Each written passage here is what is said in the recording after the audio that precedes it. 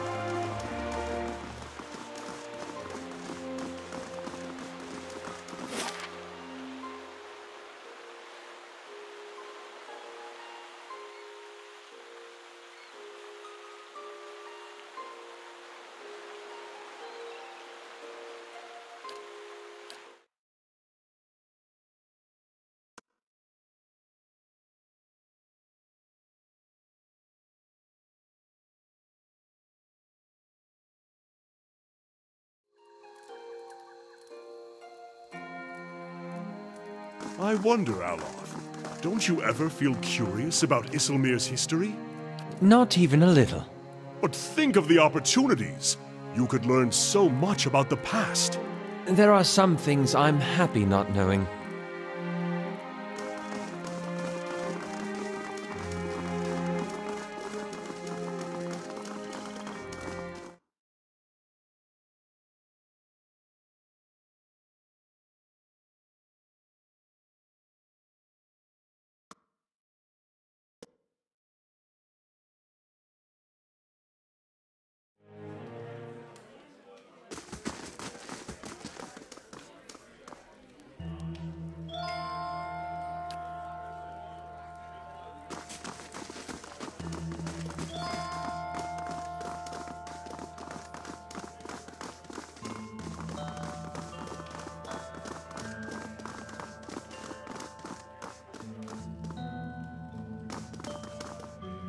I suppose Cleaver sent you down here to get me working on those forge nights, eh?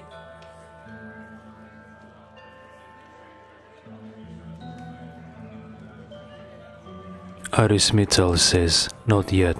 I've got another question. Dunstan says, something else on your mind. Arismital gives Dunstan Viana's research. I think this is what you've been looking for. That's what Cleaver's been looking for anyway. If you found it, I guess I've got to start. Dunstan scratches his beard. Arismital says, you don't sound too happy about this. Dunstan says, I am not, and I'm surprised someone as strong-willed as you is going along with it. I've made it clear to Cleaver that this is a mistake. Trying to harness souls like this is a crime against the gods, and it's bound to earn us more trouble than it saves. But Cleaver's given me his orders, so I've got to build these things as best I can. I think Dunstan worry might have some merit. I mean, look at Heritage Hill, the device tinkering with souls, and it creates undead.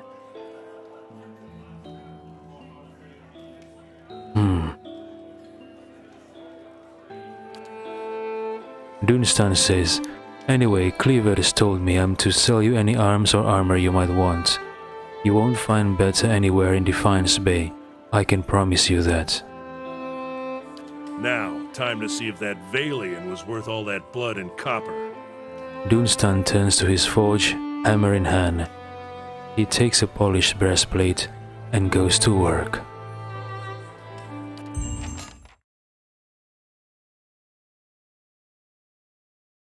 I'll be damned. To be honest, even I wasn't expecting it to work this well.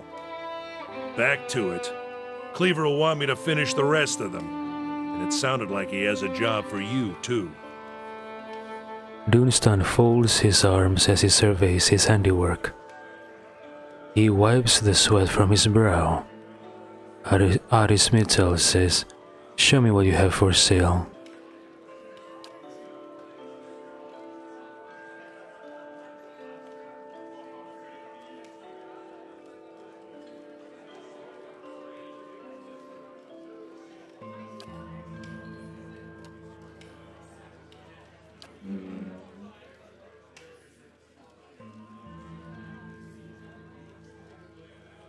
Dunstan turns from the forge, setting his hammer on the work table. "Hey, you need something?" Dunstan yells, as if deafened by the repeated hammer blows.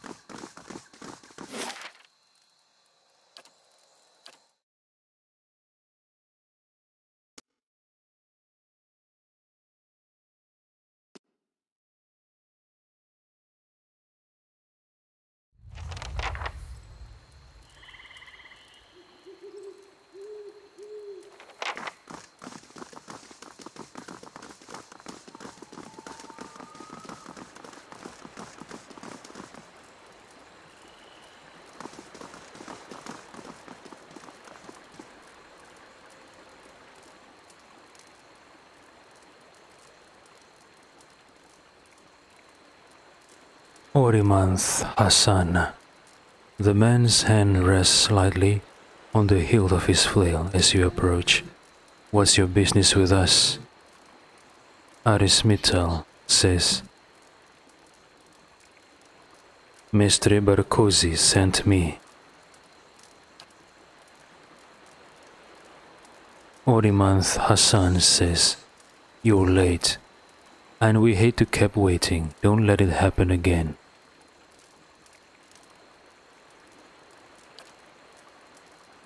Now on to the details of our arrangement. There's a loose plank on the southern end of the docks in Ondra's gift, near that sunken ship.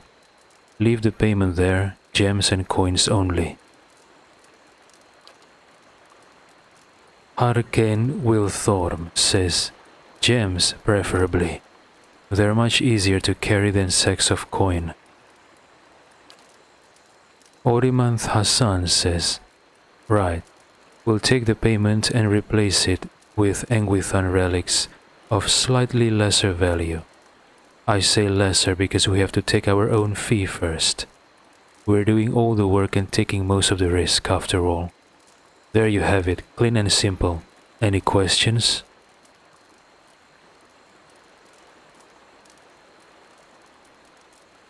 Arismital asks, "How do I know you won't just take the money and leave nothing in return?" Orimanth Hassan says, "This arrangement works for Mestre Fusilo. It works for Mestre Ross. You don't like the deal? Walk away." "Okay, Fusilo and Ross, got it." Arismital asks, "Don't the Glanfathans get upset when they catch you looting Engwithan ruins?" Elvara Zilthine, the elven woman, sneers. "If we do get caught, which doesn't happen often, we make sure the Glanfathans don't stay upset for very long. Witnesses are inconvenient." "Ooh." Arismital asks, "How do you know which relics are valuable?"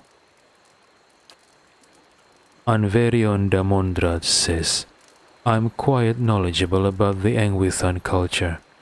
If I say something is valuable, it is." Orimanth Hassan says, "Anverion hasn't been wrong yet either. Tell your master not to worry about us selling him junk. Adismittal asks, You've managed to keep this arrangement going without ever being caught? Toby says, Yup. Orimanth Hassan says, The Vailian ambassador, Agosti, knows about us and is trying to shut us down. He's not as smart as he thinks he is. And besides, our patrons in the republics are more powerful and influential. We don't have anything to worry about. Adismittal says, I don't have any more questions. Orimanth Hassan says, Good. Give us about a week and we'll have something for you.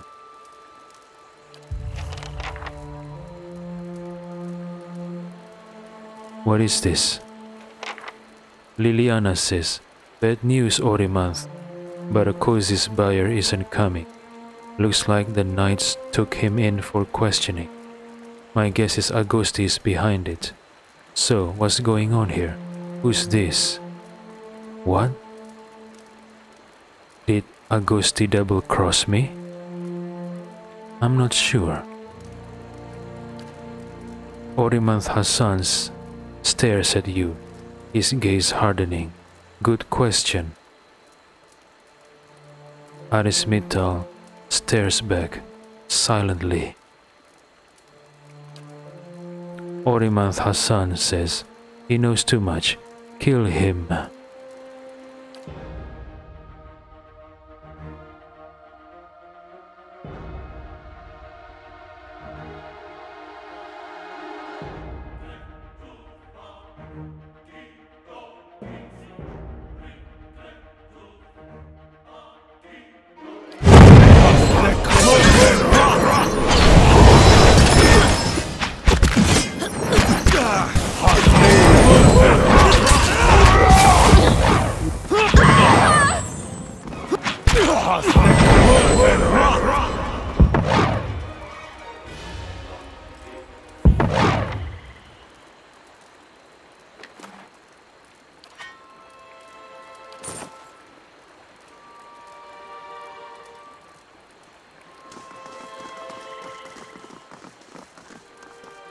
Yes?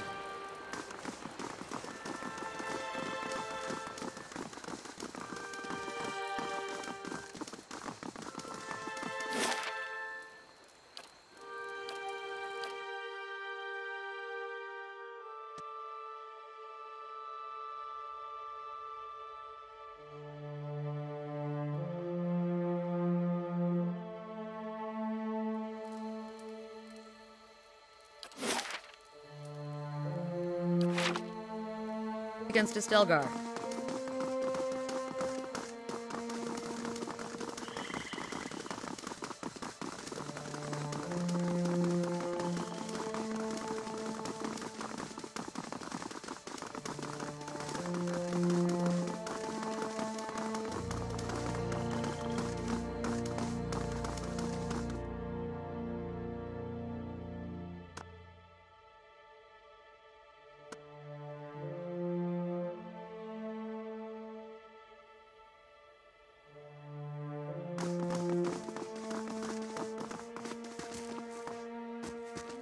How do you do?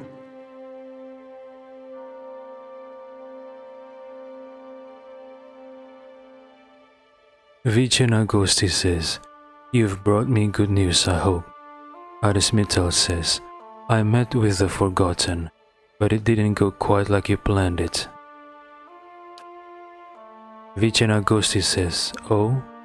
You weren't able to learn anything about their smuggling operation then? Adismittal says, It was going well, but then they discovered I wasn't really Barakozi's representative. Vichan Agosti says, I see. I'm glad you survived the experience. Agosti rubs his chin. I'd hoped that I could resolve the situation with subtlety. But what's done is done. I have no idea what may come of this. But that's my problem, not yours. Take these gems as payment for your service. If there's nothing else, I must return to my duties.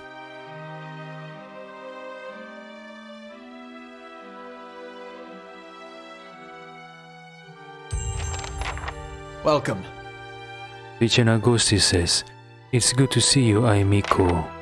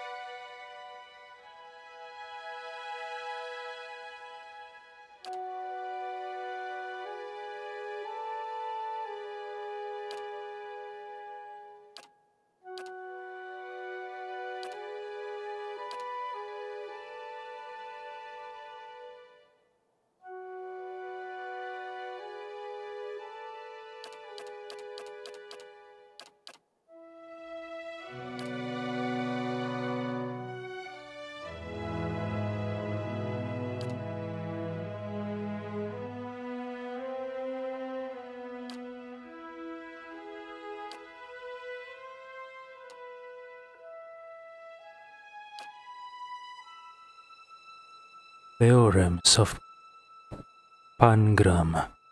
Nadine, an animancer I met in front of the Brackenberry Sanitarium, told me of the Elder archives and the rare manuscripts they contain, including one by an animancer named Pangram. She needs the theorems of Pangram to continue her research, but the archivist won't give her access. Again, I'm sorry for the stutter, guys. I have this stutter problem, and I don't know how to fix it.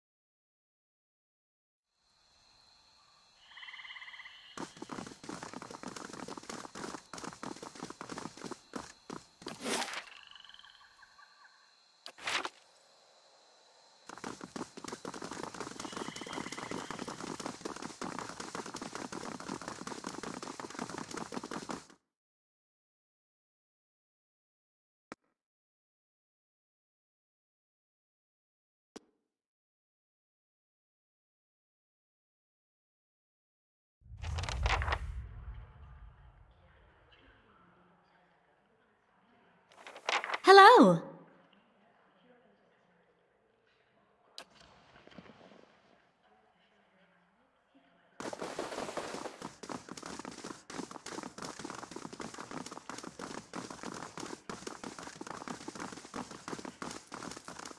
Hello.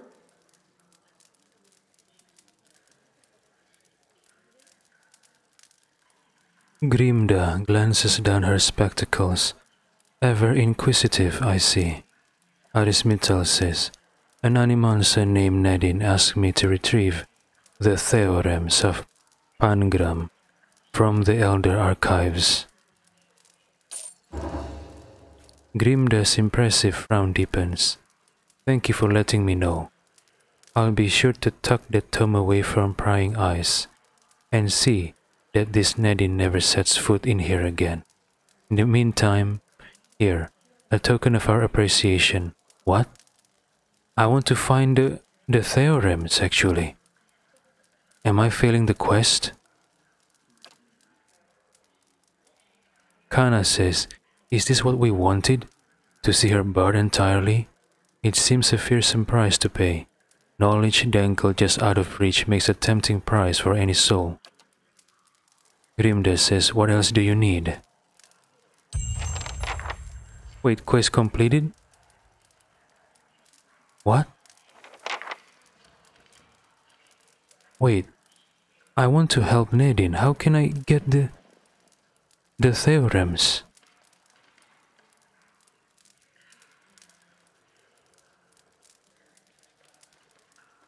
I didn't know that this will complete the quest. I thought we just have to talk to Grimda.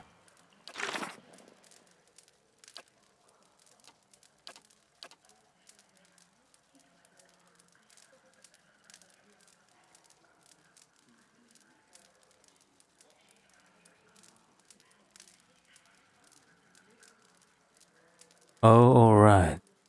I should have read the journal in detail next time.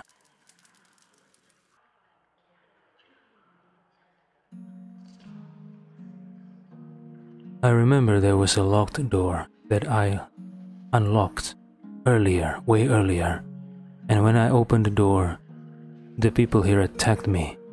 Maybe that's where I should go to find the theorems of Pangram. Dang it, the stuttering is getting worse and worse. Indeed.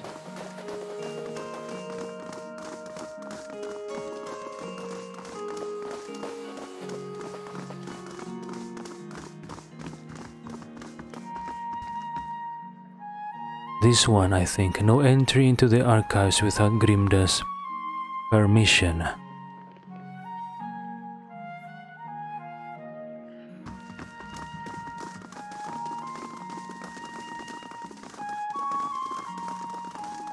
Well met, friend.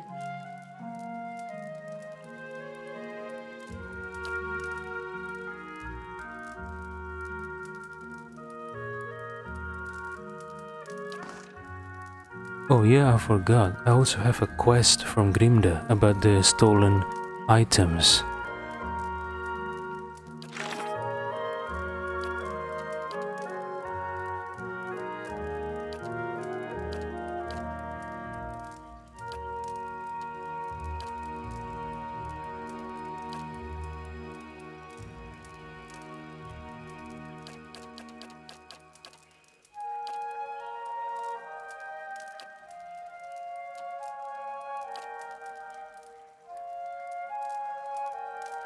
Grimda said that one of the thieves mentioned an abandoned farm on the path to Dirford.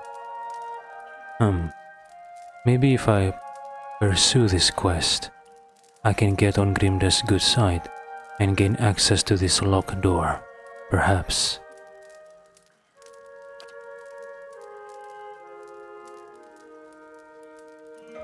The notorious outlaw Sly Cyrdiil is wanted dead for his crimes. He and his associates were spotted in Magran's Fork. Alright, let's go to Magran's Fork.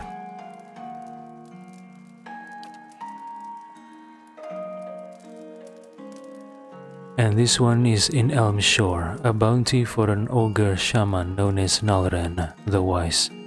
But I don't have Elmshore on the map.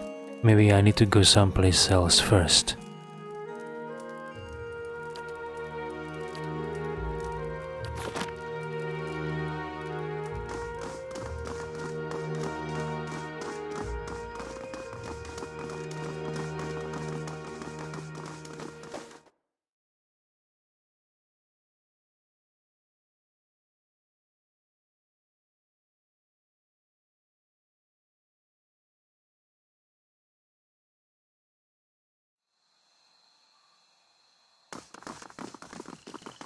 Here, kitty.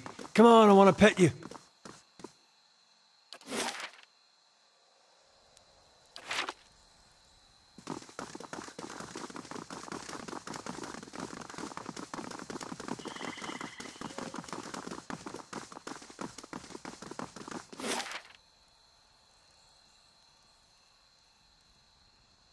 On a path leading to Dirford. In some ruins, was it? Maybe the drown ruins I encounter at Stormwall Gorge? Let's see. Or maybe I should pursue stuffs I need to do back in Caed first.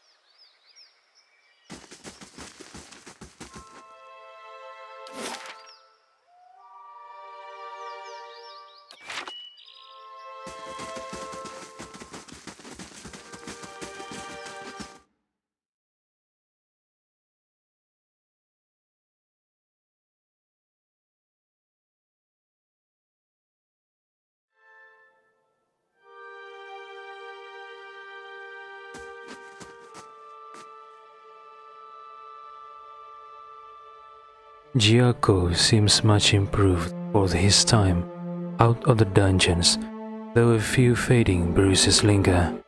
It's good to see you again. I don't know if I can ever really thank you enough for your help. Getting here was a little more exciting than I'd hoped, what with all the wolves, but Kolsch and the others have been helping me. I'll be back in the thick of it soon enough. Giaco smiles brightly.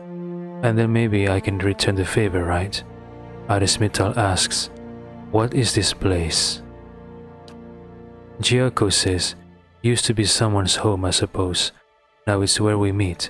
Sometimes Kolsch says, it was abandoned when they found it.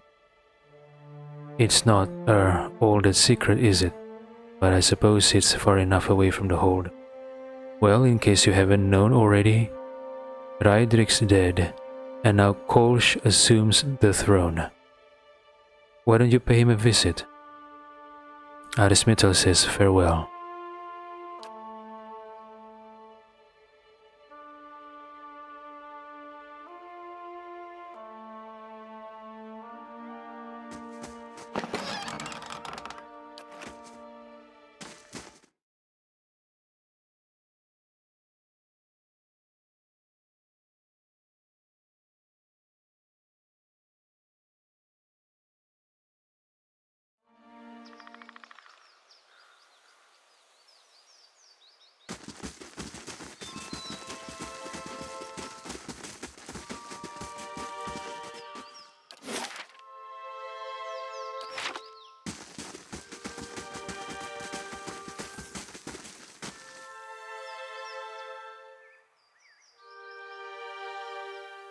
Is this the bounty I'm looking for?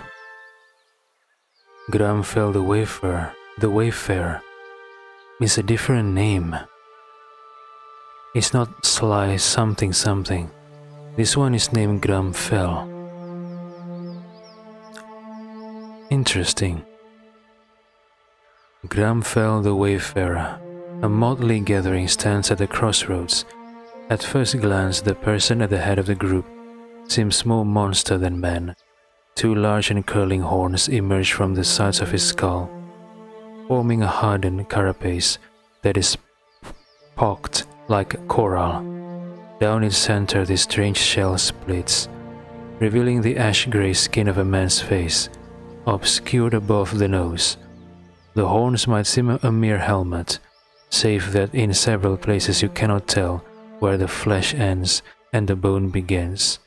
From the neck down, however, this is by all appearances a human man, clad in fine armor of the same dark shade as his features.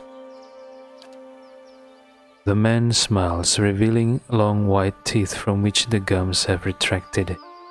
Despite his masked eyes, he looks unerringly in your direction. Hail, traveler, and well met. Gramfell laughs quietly. Are you enjoying the fresh air? We, he gestures to the men and women behind him, are doing much the same. Arismital says, Who are you? Gramfell says, I am Gramfell lately. I am Granfell, lately of Idiran soil and this. He sweeps a hand to gesture at his comrades. My merry associates, stop smiling, Friska. You'll frighten him. Arismittal asks, what are you doing out here? Gramfell says, to see what White One has wrought. He snorts, or find the name of the true architect, thousands of souls flung out into the world, but only in the Dirwood, in Idir, mothers and fathers, coo undeterred over their sprats, and just across the sea they weep. Is worthy of a song. Yes, so the White One's legacy thing happens locally in Dirwood, and nowhere else, I guess. Kana says, so you are a fellow scholar. Have you learned a great deal? Perhaps we might trade tales and... Gramfell laughs, I think not. I have spent some time among the Lord Chanters. Keep your songs, Aumawa. My Payans are to Berath alone, and they speak of death. You have too much life in you by far. I walked a time in Rawatai, in the time of the lovers' tides, and saw the chaos they brought. But this is true cataclysm, a time of destruction. I would observe firsthand. Those storms and plagues pale in comparison. Arismittal asks, have you made any progress? Gramfell says, what? Toward a cure? He chuckles. I seek no resolution, only an understanding, and in that, yes, I think I have the way of it. You need but look at them, the squirming empty things, the babies thrown into the sea, or else exposed in the wilderness. Gramfell laughs. All these experiments the animancers have done, I have found my answers already, even if the grieving mothers and fathers have not. Arismittal asks, what did you learn? Gramfell says that having parted body from soul, we see the truth of it, that the brain is not the mind, but only that which houses it at a time, that what sustains the flesh is wholly separate from what feeds a life. If the soul is what determines life, then death is not the blade through the heart or the poison in the drink. It is the fragmentation of a soul, the destruction of a soul, indeed, the absence of it. These hollow bone are the closest thing to true death we shall ever come upon. I only wonder if it is the culmination of Berath's work, or an escape from it. Arismittal asks, but what are you doing on the road? Gramfell says, a band of brigands such as we, I cannot imagine. Gramfell chuckles. It is not an inexpensive life, ours. Even in the study of calamities, one deserves a certain level of comfort, I think. So they are brigands, like highwaymen, robbers. Gramfell says, I think our talk is done. Kill that one slow. I want to see the light leave him. Good. Murderers without a cause. Maybe he just likes to see people die. He's obsessed with the light leave a body, perhaps. He said, I want to see the light leave him. He's obsessed with death.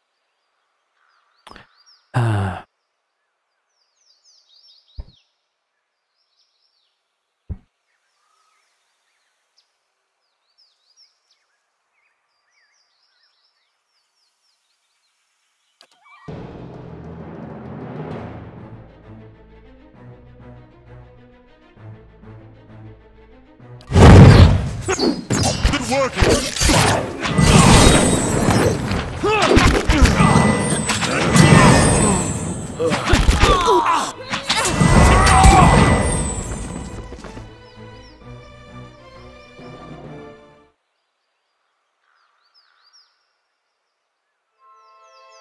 As you prepare to strike a final blow, Gramfell raises a hand. Wait, wait, you have won the day. Mercy, traveler, I beg you. Adismittal says fine. You'll spend some time in the dungeon at Caed. Gramfell grimaces. As you wish it, then.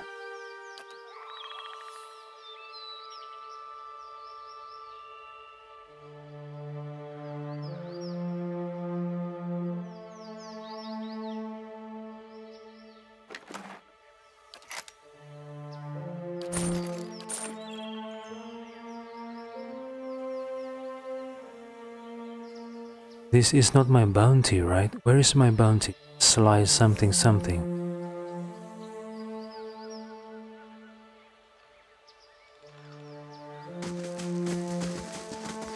What's this?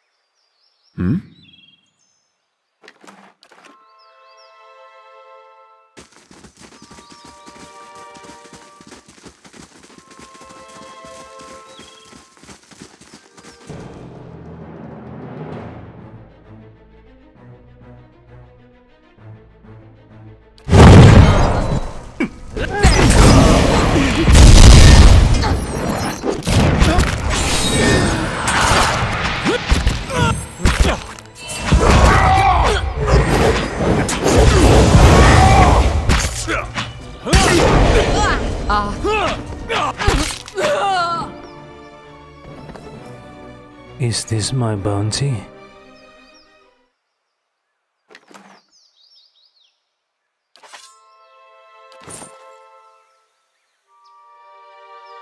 Yes, it is. Sly Cyrdail's head. This burlap sack contains the head of the notorious outlaw, Sly Cyrdail.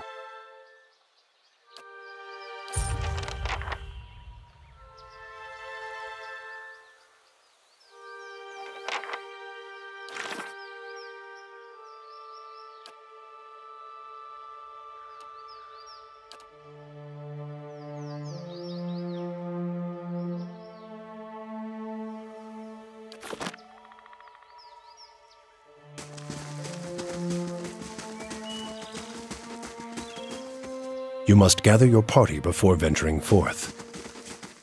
I'm here.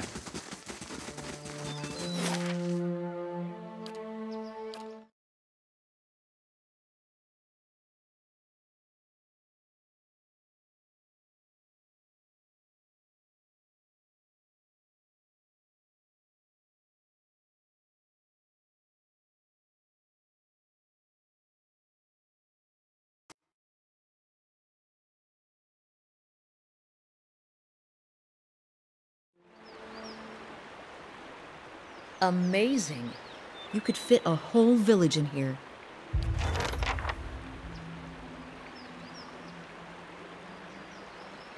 After several attempts, Lord Cydroc's rivals gave up on raiding his vaults.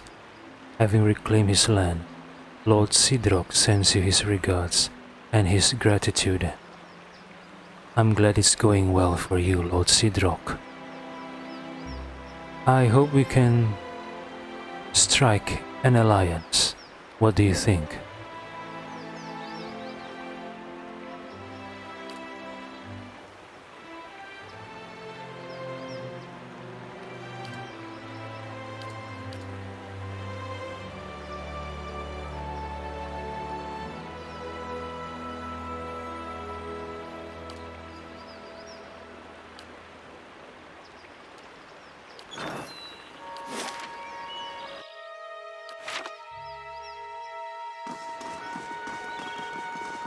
I wish Arismital has the initiative or the idea to relocate the Warden's Lodge inside the castle walls.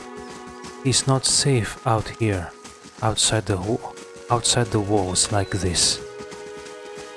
There is no reason to place his lodge outside the wall.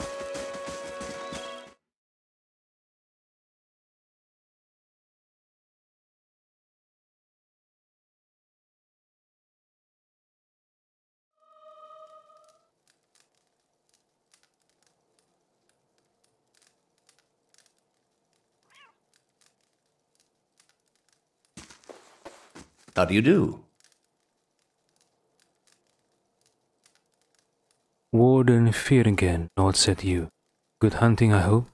What can I do for you? Arismital says, Sly Sirdel is dead. Warden Firgen says, good work. They'll be celebrating in New Heomar soon enough. Here's the bounty. Anything else? I'm still trying to find a way to Elm Shore. I don't know how to reach that place. It's not on my map.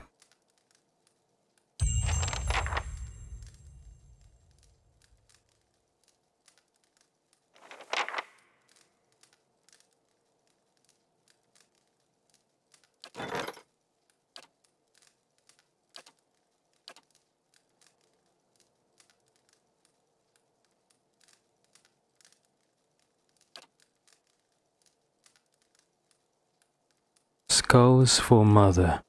Somewhere in deep in the ruins of Ibrel's well, a pair of Peugra prey on travelers and offer up sacrifices to their mother. In the past, travelers simply knew to avoid all trails leading near the well, but in recent years, the Peugra have increased the range of their hunts. Travelers have been abducted or killed on the roads between Solace Vale and Midwood. Glanfathans are reticent to enter Ibrel's well due to the religious significance of the ruins there. But that hasn't stopped the residents of the affected towns from requesting help from within the Deerwood.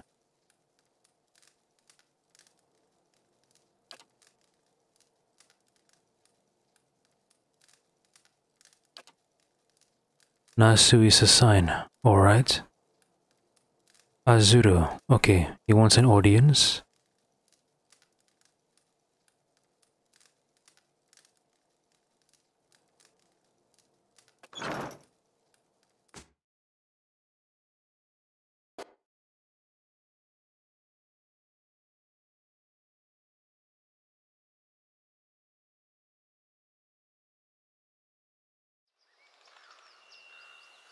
Amazing. You could fit a whole village in here.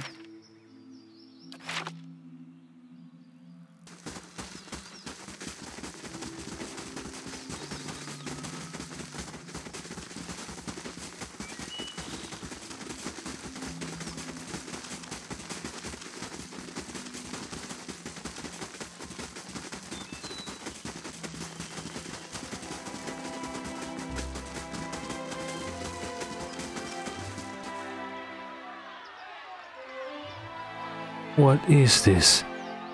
Huh? Farmer says I wouldn't pay, so they set my crops on fire. When my boy tried to stop them, they knocked him over the head. He's alive, but he cannot think straight no more. Merchant says your boy got lucky.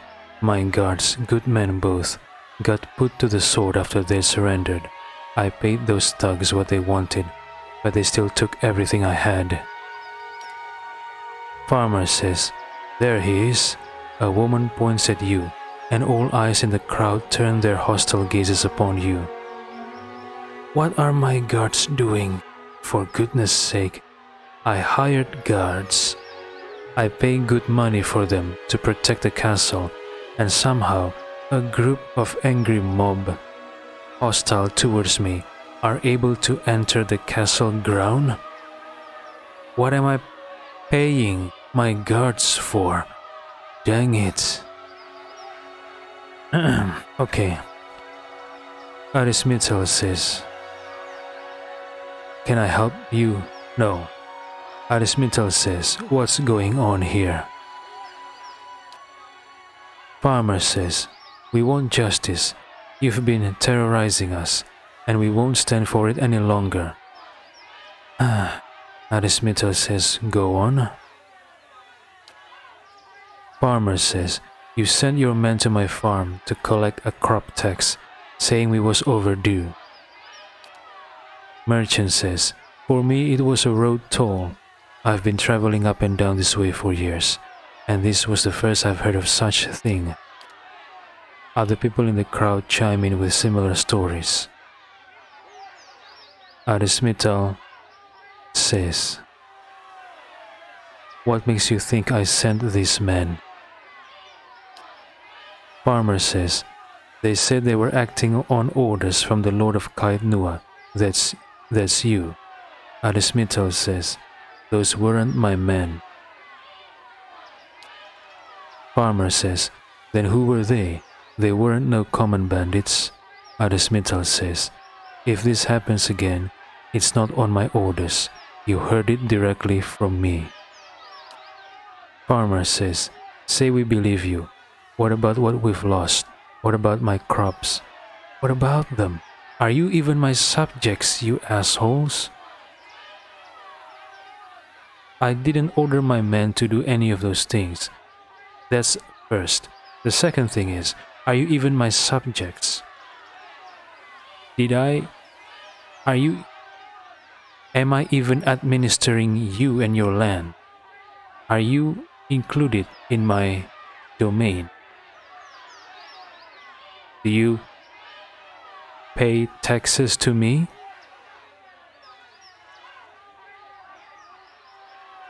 Huh?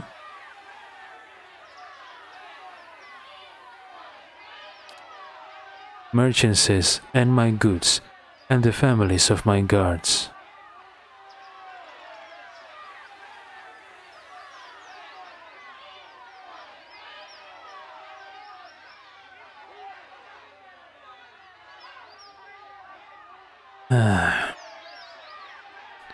They dare to come accusing me of these things I didn't do, and then ask me to take responsibility for their losses. You know, it is not my obligation to help them. Right? But seeing that Arismital is a noble, he has a lot of money,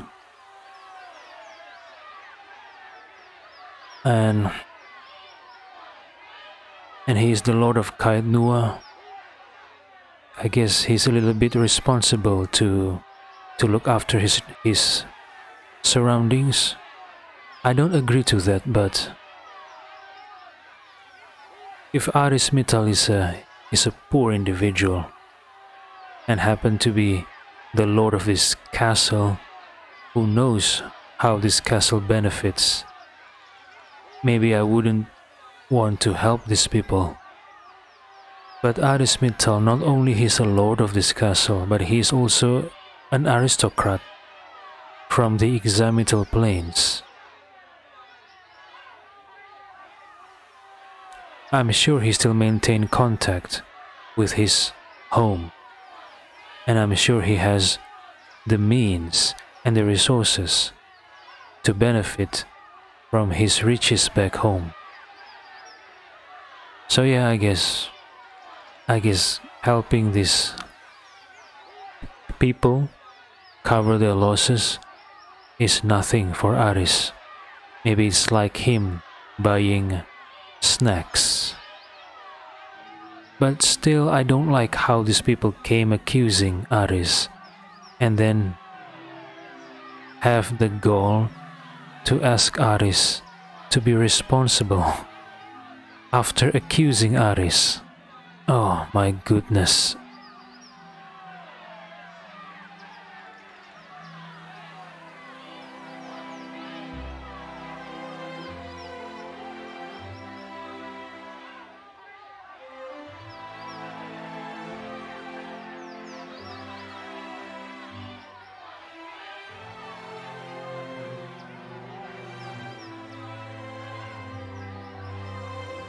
I don't think Aris is beholden to a good deed towards people who isn't even his subjects. Everything should be contractual for him, except towards his subjects, and I don't think these people are Aris's subjects in Caed Nua. They don't even recognize Aris. If they are Aris' subject and they recognize Aris, I think they would know that it's not my men who did all those things.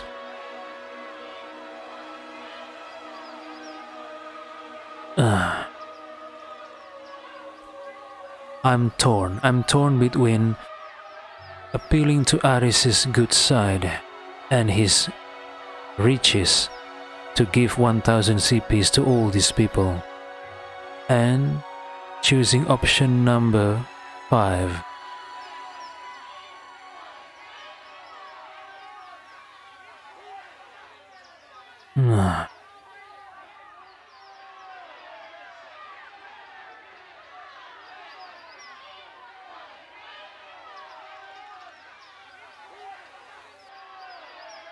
Alright, Aris Mintal is going to give you all coins, you filthy non-subjects. Give 1000 CP. Aris Mintal says, share this amongst yourselves.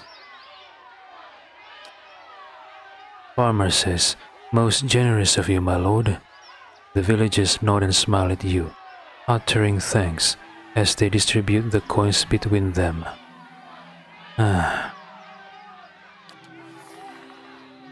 Dang it.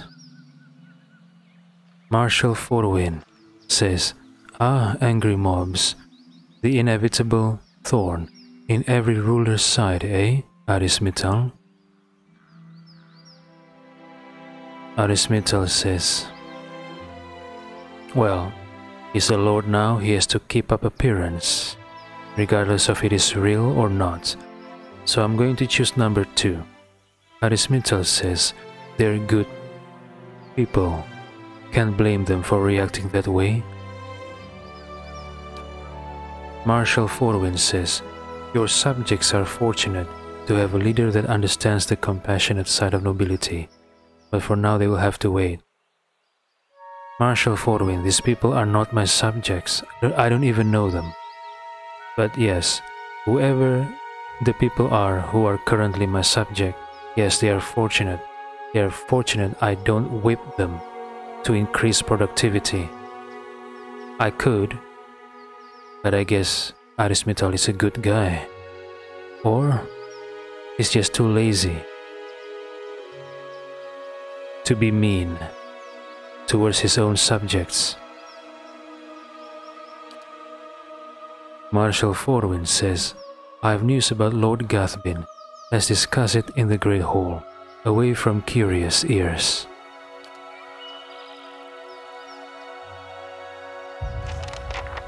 Okay.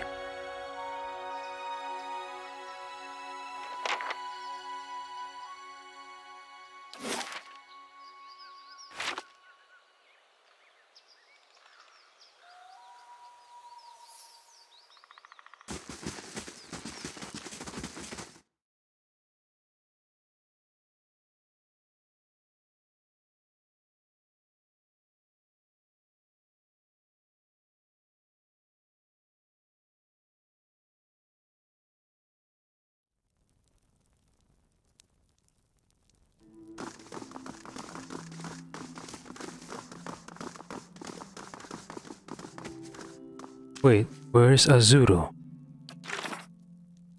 I thought I have a visitor named Azuro. Where is he? Leaving in 4 days. Azuro. Maybe Marshal Forwin overrides Azuro? Well, I still have 4 days for him. Gramfell the Wayfarer. Gramfell and a group of death-fixated brigands attacked me as I traveled through Magran's Fork. He proved unprepared to meet his own death and begged for imprisonment instead. Yeah. All that talk about death and obsession and the fixation over death, only to be afraid of death itself.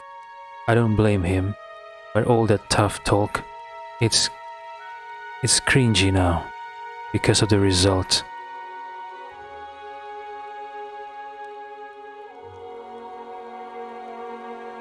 I don't blame him though. I too fear death. Arismital also feared death.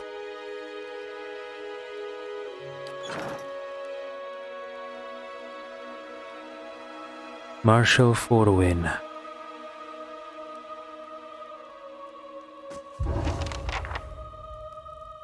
Marshal Forwin says, Lord Arismital, I've received a word that Lord Gathbin is amassing an army of mercenaries near Yenwood Field. It appears a peaceful claim to Caed is no longer possible. The Earl has sent me to aid you in forming your own force to counter this threat. I'm here in an advisory role only, of course. The Earl won't officially take sides in this dispute. Arismital asks, why won't the Earl officially legitimize my claim? Marshal Forwin says, it is a delicate situation. Legally, Lord Gathbin's claim is just, and he knows it. Stripping land and title from a noble family is quite dangerous, perhaps more so than killing the man outright.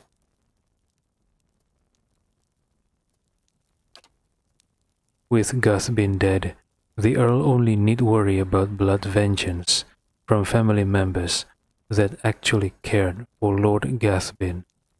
Those, if court gossip is to be believed, are few and far between. So not many people like Lord Gathbin, I see. Marshal Forwin continues, losing a family claim to land and title though, such dispute incite hatred from the entire clan and their political allies, not to mention the unease it causes amongst the other nobles. Wars are started for less. No, if Gathbin is to be denied, it will be you who must prove your legitimacy to the Earl and all others who would dispute your claims. This is what it means to be noble in the Deerwood. Maybe I shouldn't be noble. Maybe I shouldn't be the Lord of Caed. Marshal Forwin says, if there's anything you wish to know, please ask. Arismital asks, how much time do I have? Marshal Forwin says, enough. It's rumored Lord Gathbin will suffer a series of unfortunate and completely unforeseeable setbacks before his army is complete. Marshal Forwin grins and winks. Still, I'd not tarry long. Okay, so Marshal Forwin has done things to slow the build-up of Lord Gathbin's army. Thank you.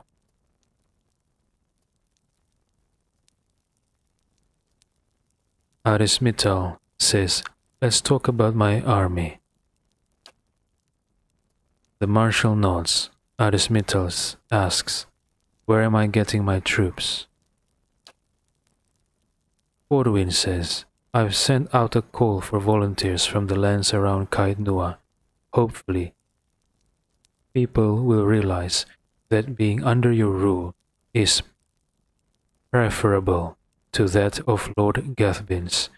Any hireling stationed at Caed will also accompany you to the battle, so I suggest you acquire as many of them as possible. However, most of these men and women have no military experience. Hopefully you can gain additional allies, the Knights of the Crucible, perhaps, or the dozens. Arismetal asks, what's the status of my regular troops? The Marshal shakes his head. Too green and too few. If you go up against Lord Gathby now, losses will be heavy. However, victory is still possible. Arismetal says, we need to recruit veteran troops. Marshal Forwin says, I know a company or two of veterans that would be willing to join us for a bit of coin. I'd say 10,000 coppers should cover the expenses. Arismetal says, let me think about it. Arismetal asks, what special allies do I have available? Marshal Forwin shakes his head. No one has offered their help, I'm afraid. It may be possible to find an ally in Defiance Bay among the Knights of the Crucible, the dozens, or if you're truly desperate, House Doemanel. I've also heard rumors of a force of Reatserans currently in the White March. If you find your way that far north, perhaps you can sway some of them to join your cause, our cause. Arismetal says, that's all for now. Arismetal asks, I have a fortress with strong walls. Why not let Gathbin's army come to me? Marshal Forwin says, Lord Gathbin isn't fool enough to risk tearing down Caed Nua just to kill you. And if you shield yourself behind these walls, you'll have free rein to torment your subjects in the countryside. Earl Bademar will see your inaction against Lord Gathbin as a sign that you are unwilling to perform your duties as Lord of Caed Nua. Losing his support will have dire consequences. Taking the fight to Lord Gathbin is your only option. Arismetal says farewell.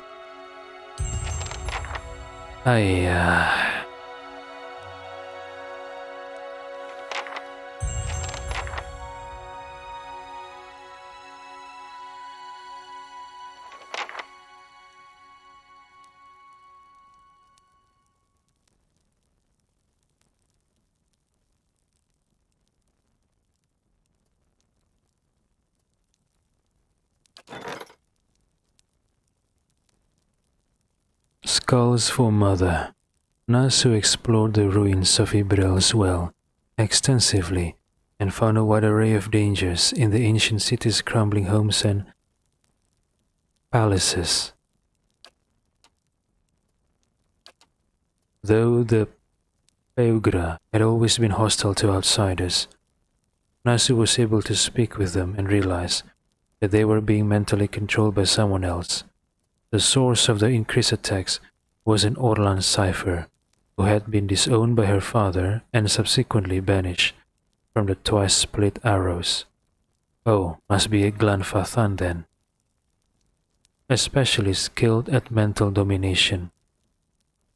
The cipher was using the Peugra, her children, to make a small fortune on unlucky travelers. However, once Nasu drew her out into the open, the overconfident cipher was quickly defeated. In the cipher's lair near the heart of Ibrel's Well, Nasu discovered a grisly treasure, a necklace the Peugra had formed from the teeth of the Orlan's murdered father. Oh, the Orlan murdered his own father? Father's teeth. This grisly necklace is fashioned from the teeth of a dead Orlan, the unfortunate father of a deranged cipher who used her powers to terrorize travelers near the Glanfathan ruins of Ibrel's Well. The cipher's daughters, mind-controlled Peugra, made the necklace for her as a gift.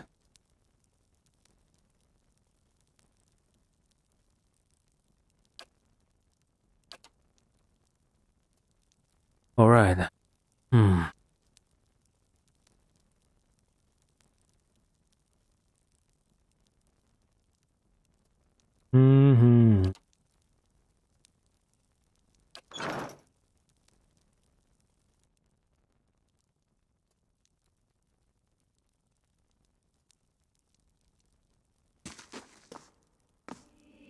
It seems your fame is spreading. I have heard travelers speaking of your accomplishments in Defiance Bay.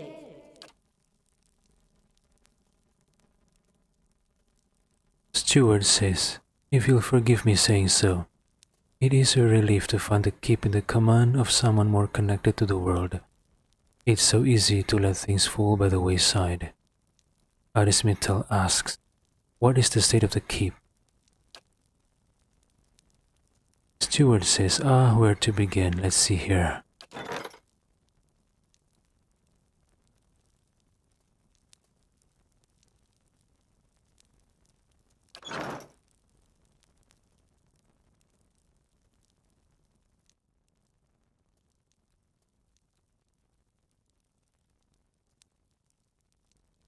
Marshal Forwin says, Lord Gathbin's army grows. Arismital, don't ignore his threat. Arismital says, let's talk about my army. The Marshal nods. We need to recruit veteran troops, says Arismital. Marshal Forwin says, I know a company or two of veterans that would be willing to join us for a bit of coin. I'd say 10,000 coppers should cover the expenses. Arismital gives 10,000 CP. This should do. Marshal Forwin's eyes widen. It will be done. Arismital says, that's all for now. Marshal Forwin says, very well. If there's anything else you wish to know, please ask. Arismital says, it is time, Marshal. Assemble the army and march to Yenwood Field. Marshal Forwin says, are you certain? Once our forces are committed, you won't be able to bolster them with additional troops or allies. Arismital says, yes, I'm sure. Give the order. Marshal Forwin says, as you command. I'll march the army to Yenwood Field. Will you be accompanying us? Arismital says, yes, let's march.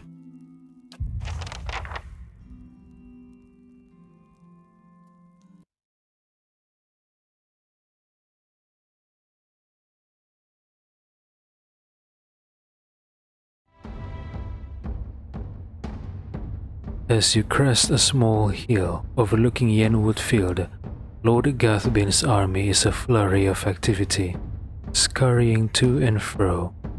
Even from this distance, you can hear the drums of war beating their steady cadence, designed to intimidate their foes, while organizing the rank and file into battle formations.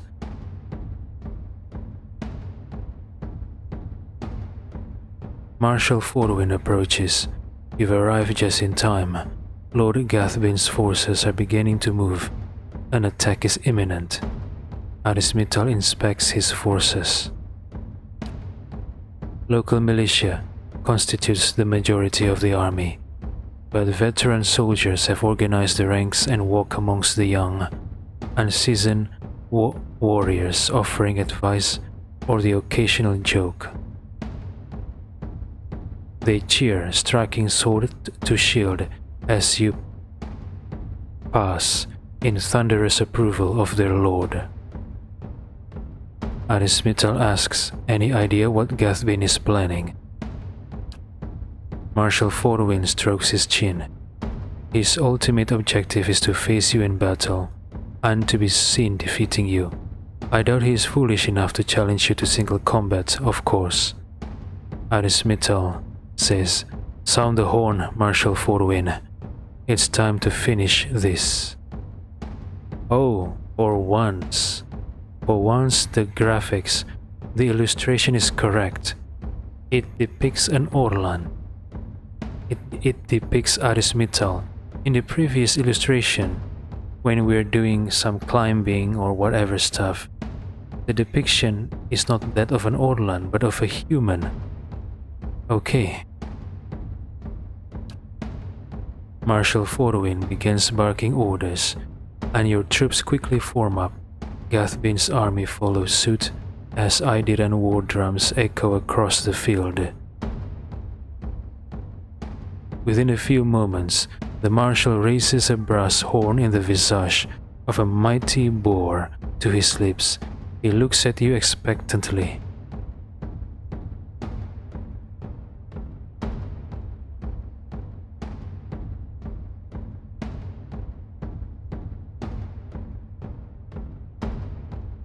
Should I say something to increase morale for my troops?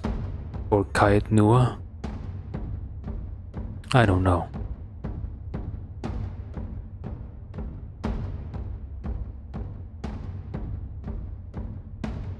Yeah, let's say for Caed Nua, why not? Or maybe I should just be stoic? Will this affect the progress of the battle then?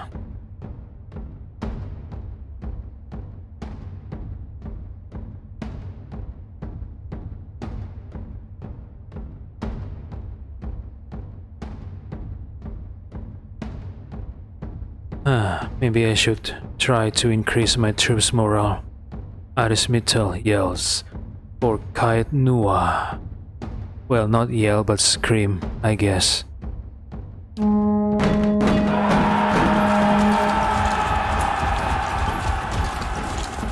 Your troops bellow across the field, pounding weapons to shield as the marshal's horn sounds.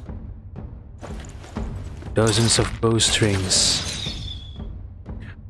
of bowstrings twang in unison behind you as your archers unleash a hail of arrows at Gathbin's army. The missiles hiss through the air with deadly accuracy, felling scores of enemies.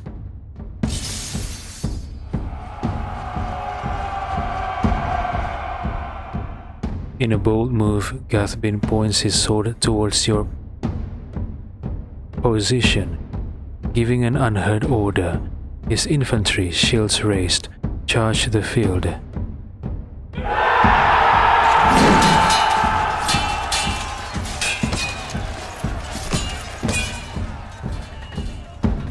Your infantry charges headlong into the enemy infantry in the center of the field. The cacophonous sound of metal on metal is nearly deafening as the two forces collide. The fighting is fierce, and the screams of the dying numerous, led by veteran warriors, rally to your cause. The troops fight valiantly and appear to be holding their ground. The battle thus far appears to be a stalemate.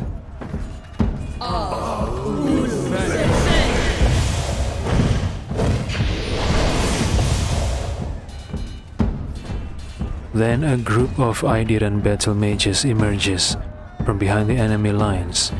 They begin weaving their hands in unison with practiced precision. Suddenly, waves of arcane fire erupt among your troops. The acrid smell of smoke and burning flesh is nearly overwhelming.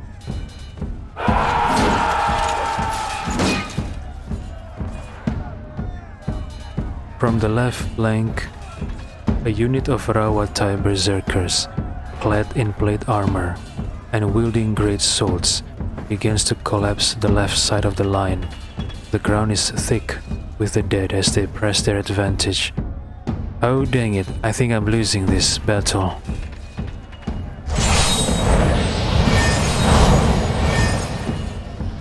Meanwhile, Bleakwalker paladins dressed in dark armor and carrying sword and shield stride back and forth behind Gathbin's lines, rallying his warriors and exhorting them to fight harder.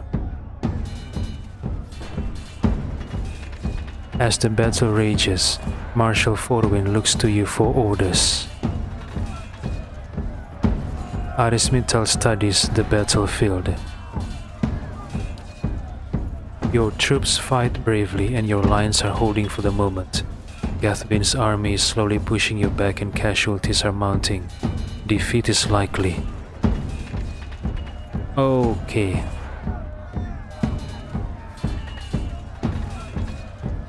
Arismital says the Bleakwalkers must die. Marshal Forwin shakes his head. We have no allies available to throw against them. Our only hope is to break through Gathbin's line Gathbin's line and kill him.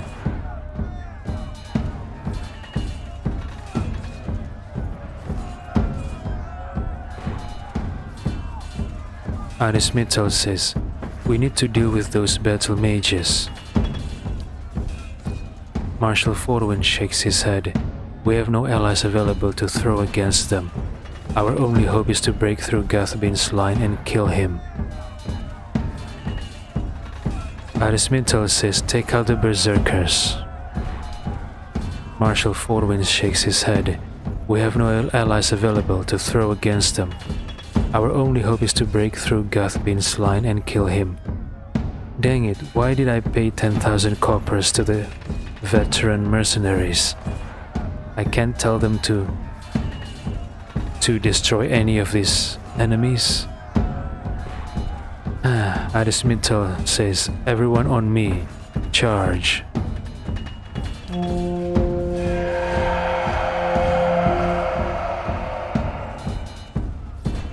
As the remainder of your forces charge, a horn sounds in the distance. A new contingent of warriors crests a nearby hill. As Gathbin's reinforcements charge headlong into the fray, his other troops cheer triumphantly. The new arrivals quickly join up with Gathbin's army. You make out the form of Captain Emery, leading the charge in her dark armor. She kills one of your troops with a well-aimed pistol shot, before running another through with a gleaming rapier. She kills foe after foe, and at one point with the dead piled around her, she seems to face you from across the battlefield and shrug. She shrugs.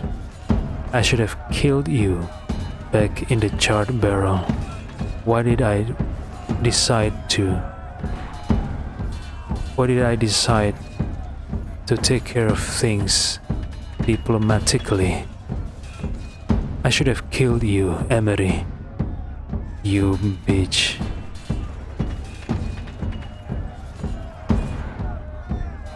As the battle rages, your forces fight valiantly, pressing ever forward. Casualties on both sides are high, and victory remains elusive for either side. Arismital, Lord Gathbin strides through the carnage, his elite guard accompanying him. We both knew it must come to this. Come now, it's time I put you down like the dog you are.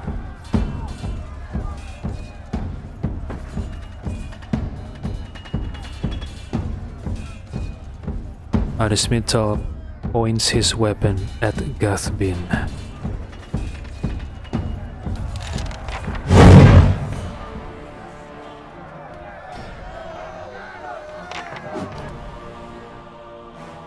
I hate Emery. I let her go just like that in the charred barrel. Should have tried to kill her at least.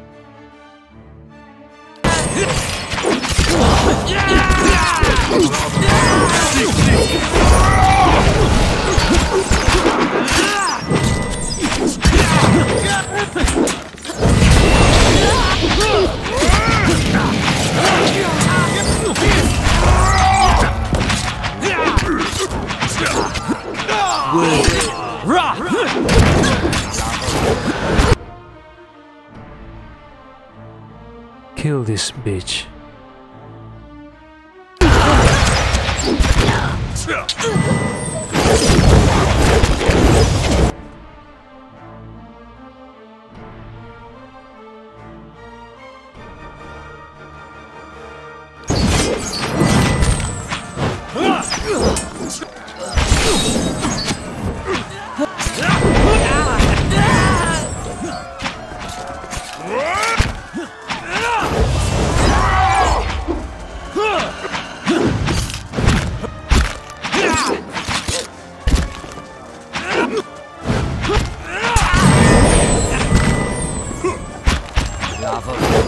Beyond seek.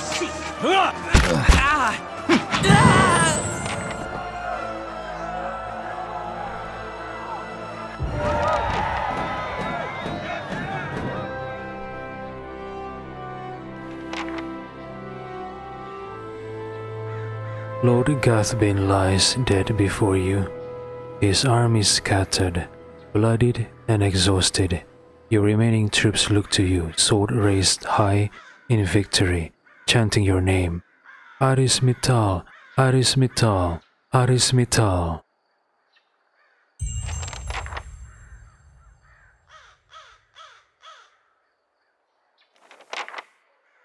Holding the hem of his robe, as he steps over several bodies, Chancellor Warren approaches you, although his face is pale and he looks as if he will be sick at any moment. He forces a smile. Chancellor Warren says, Lord Aris Mittal, while I'm grateful this dispute is finally over, it is regrettable so many lives were lost in the process. Gathbane should have just been reasonable from the start. He gags involuntarily as his silk boot brushes against a severed head. In any event, as the legal arbiter of Earl Bademar, I'm here to inform you that you've been declared a Thine of the Deerwood, and Caed has been recognized as your domain. It shall forever be thus, and will pass down to any descendants you may have in the future. So I'm now a Thine of Deerwood. Of course, now that your claim has been upheld, you are expected to forward a small portion of any taxes you collect to your rightful lord, Earl Bademar.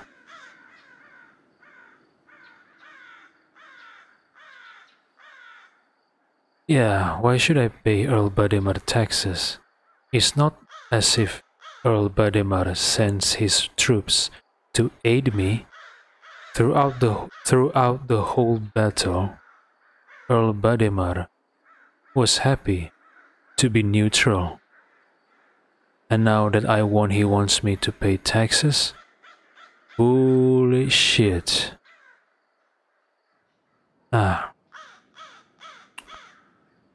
This is bullshit, but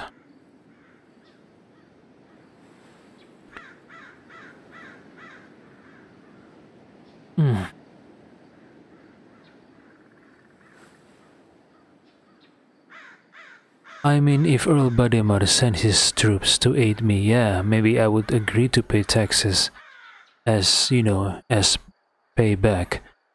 But I paid 10,000 coppers out of my own pocket to hire veteran soldiers. The local militias died fighting for Caed, not Earl Bademar's soldiers. And did Earl Bademar even send some coins to help me beef up my army? No. And now I won, he wants me to pay tax? I don't think Aris Mittal would agree to this. Like I said, this is bullshit. However, the way the battle played out, it was bad for Caed side, for Aris Mittal's side. The only reason Caed won is because Aris Mittal and his companions was able to dispatch Lord Gathbane quickly. If it wasn't for that, I'm sure that Aris Mittal's forces would suffer defeat.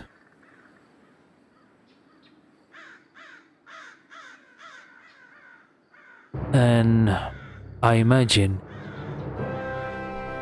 if fighting Lord Gathbin is already this hard and difficult, I imagine what would happen if I incur the wrath of Earl Bademar. What if he one day decide to rally his own troops and the troops of his of the Thynes loyal to him to attack Caed? When that happens, how can I expect to withstand against them if I could not even withstand against Lord Gathbin? And Lord Gathbin is not an earl, so I don't think he has access to more troops like an earl would be. I'm torn between not paying taxes but then risk suffering the wrath of the whole army of Earl Bademar, and risk the people under me and my men to die and suffer, or pay the taxes and eliminate the risk of Earl Bademar setting his sights upon me, upon Caed.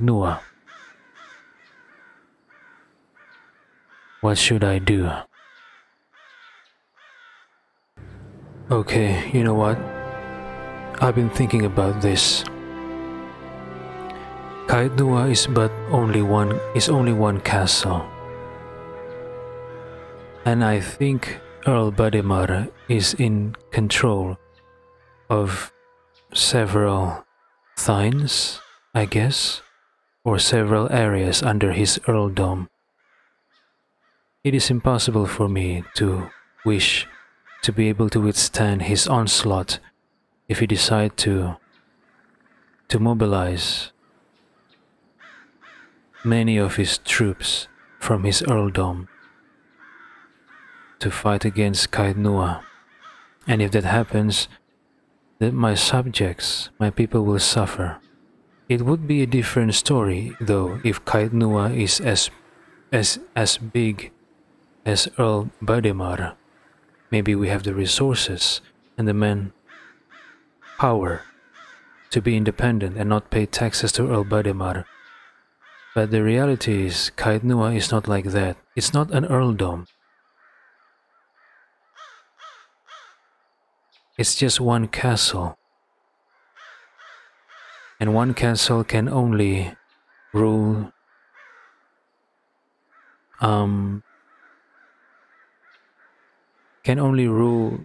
so much land.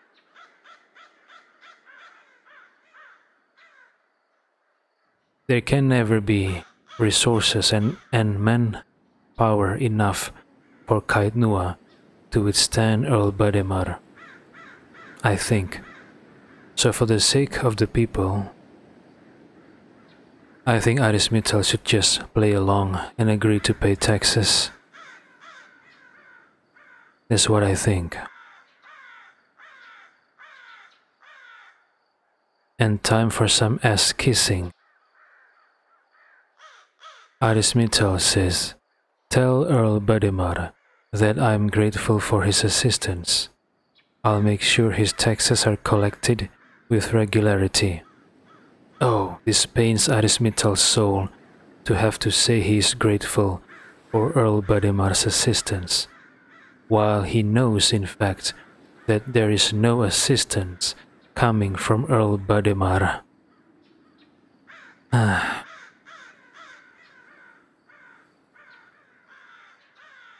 But it's for the safety and the well-being of Arismital's subjects, so Aris has to swallow his pride. He chose option number 2.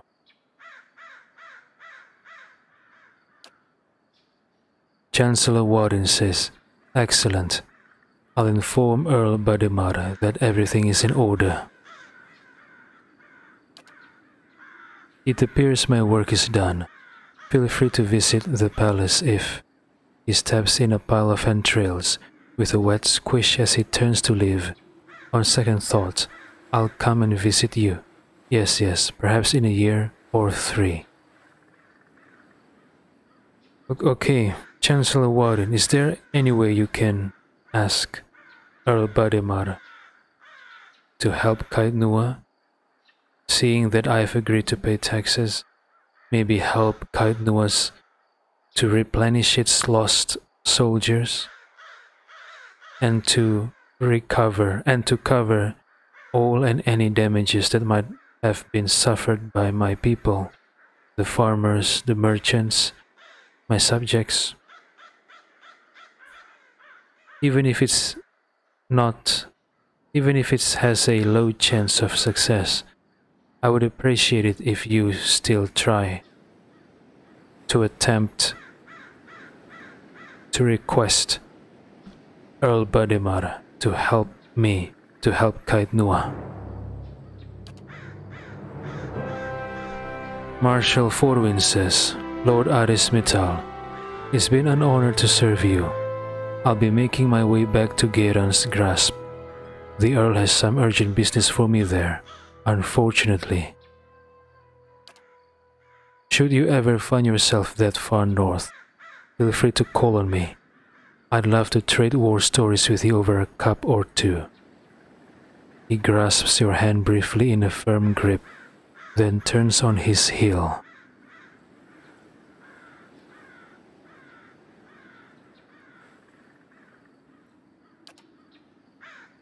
I hate this.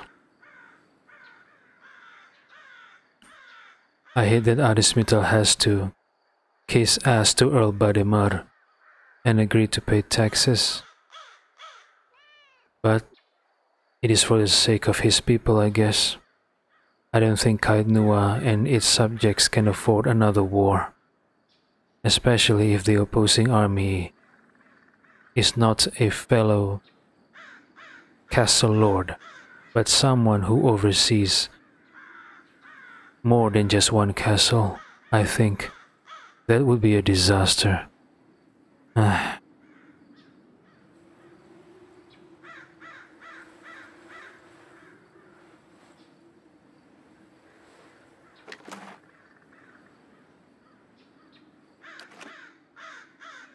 Okay, where is Emery?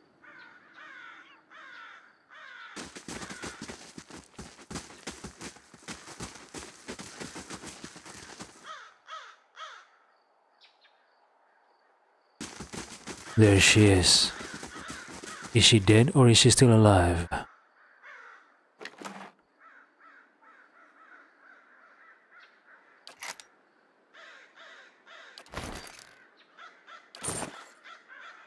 I think she's dead. She's dead, right? Yes, she is. She's not moving.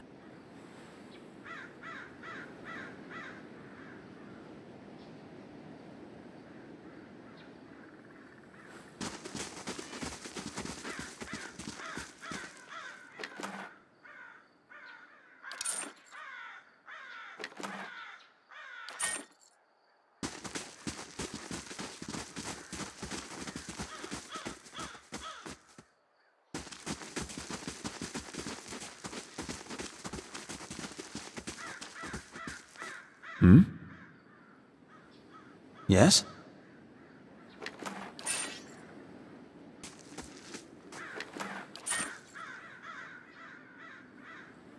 I shall.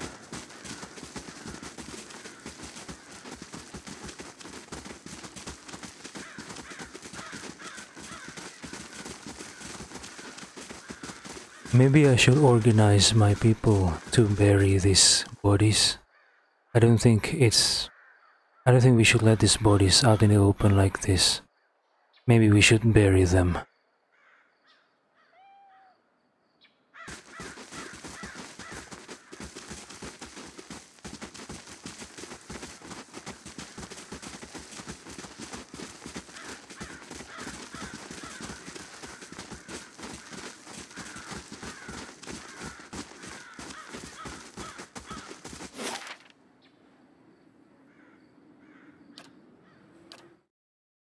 Time for rest at Bright Hollow. I'm so tired.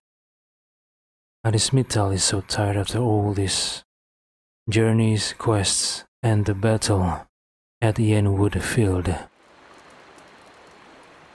The keep's coming along nicely.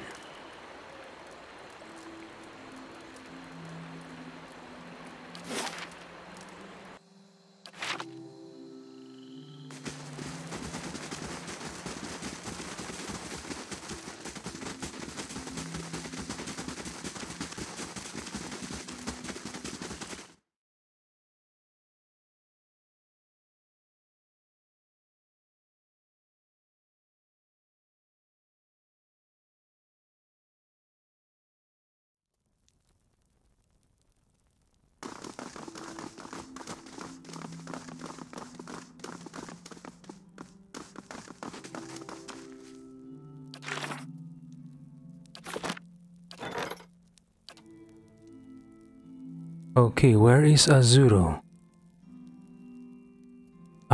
Isn't he the one whom I gave money to for his trading? So I guess there's nothing I can do with him. Azuro, prestigious visitor.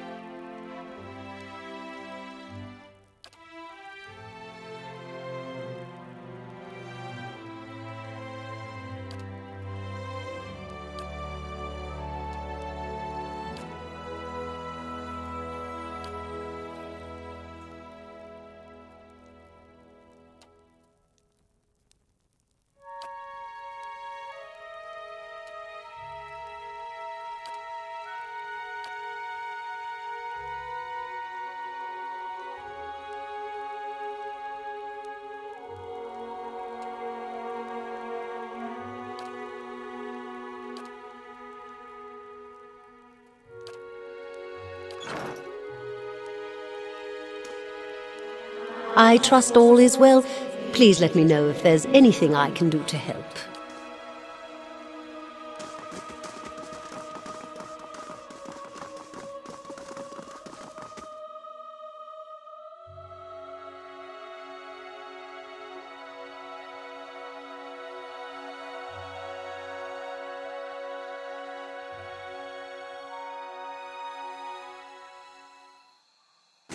Amazing. You could fit a whole village in here.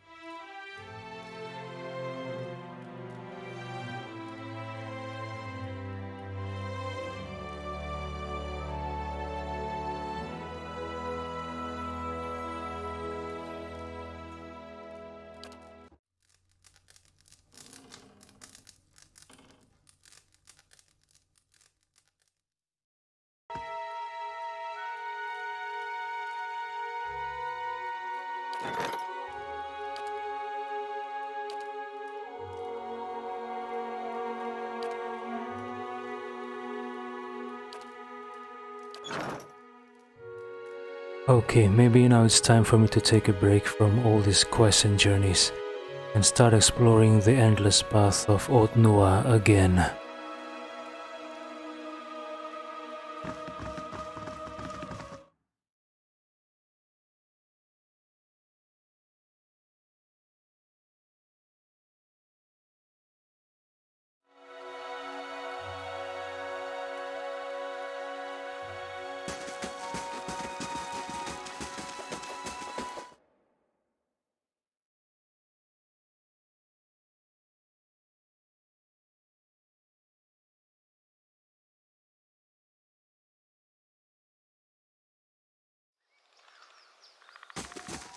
Last thing the Deerwood needs is another foreign colony.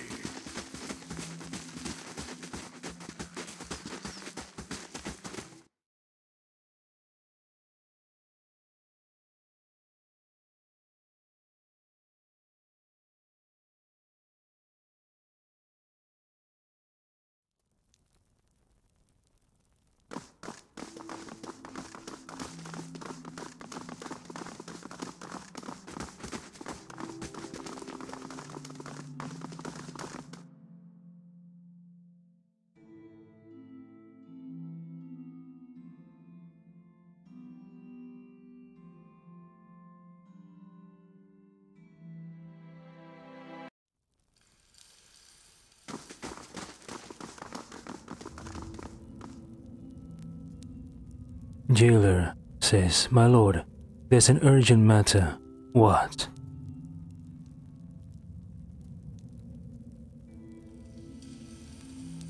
Hello. Jailer says, "My lord, Nereid's been causing some trouble recently. What would you like me to do about it?"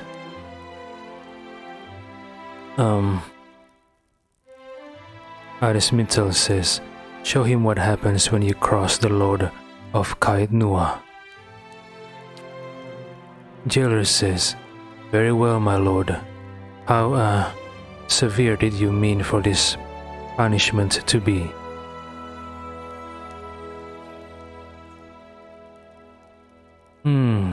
Arismital says, "I've changed my mind. Just keep an eye out." Jailer says, "Of course, my lord." Arismital, you are too kind. You have to show who's boss here.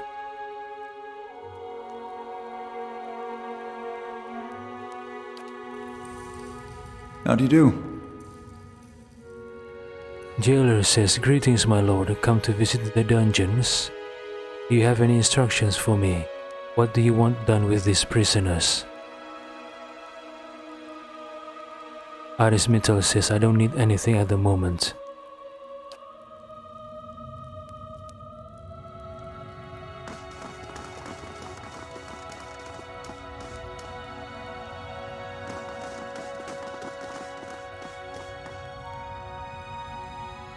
The wall is scratched with an almost illegible string of profanities.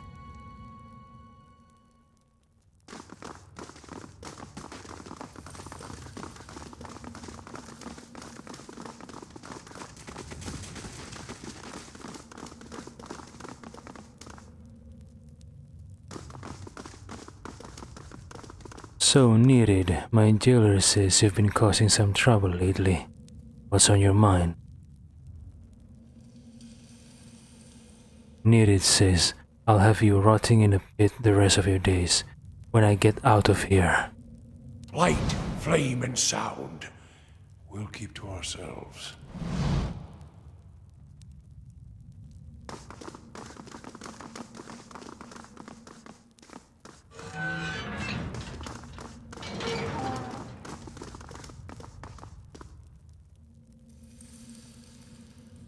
Grammarfell says, "Will you leave me to rot in here? Let me free. You'll profit by it."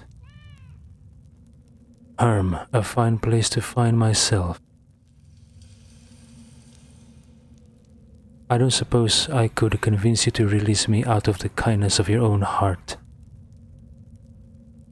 What about the kindness of your own heart before you decide to kill whoever you killed? I doubt I am the first victim, right? But anyway, I'm not interested in discussions. Stay here.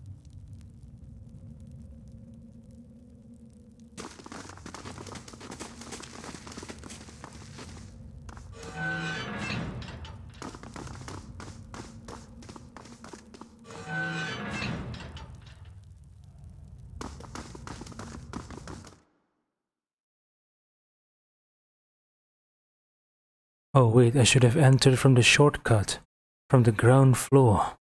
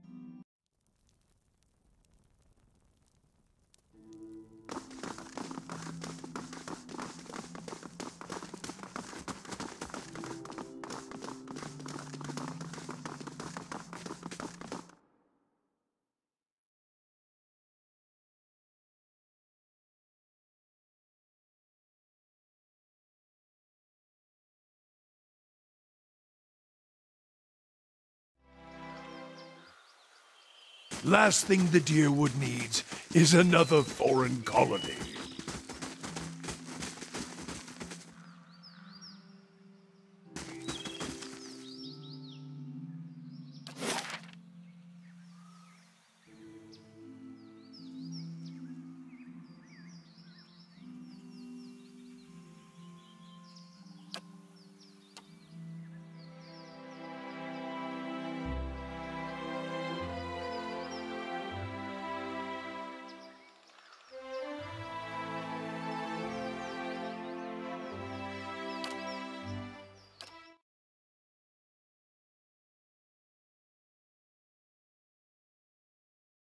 I forgot, what was the last level I cleared? Was it level 6, 7 or 8?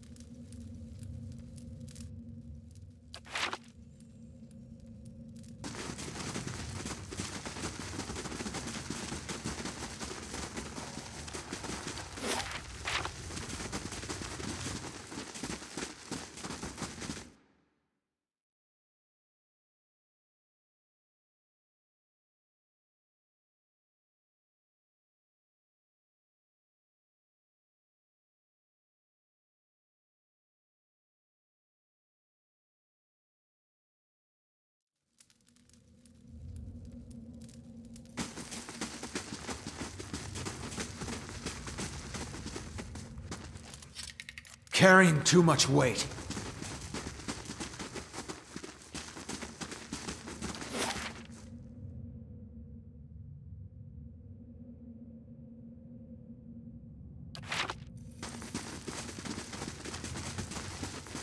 I remember this floor. This is the floor where I fought the vampires.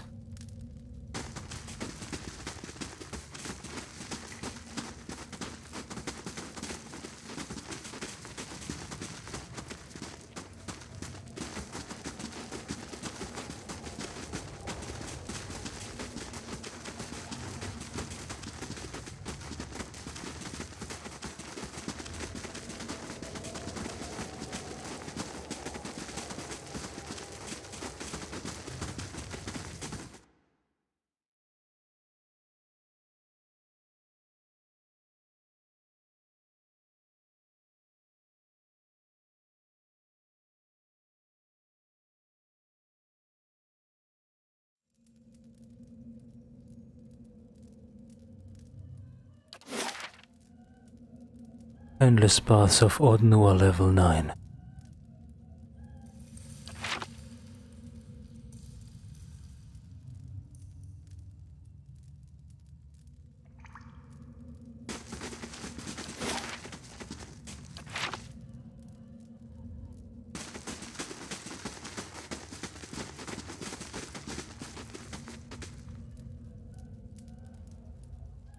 This Adra has turned a dull shade of crimson.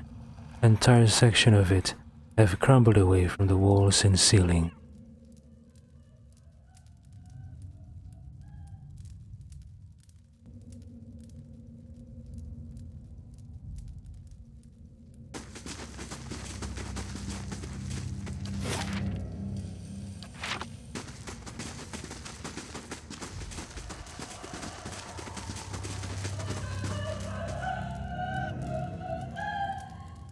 What is that sound?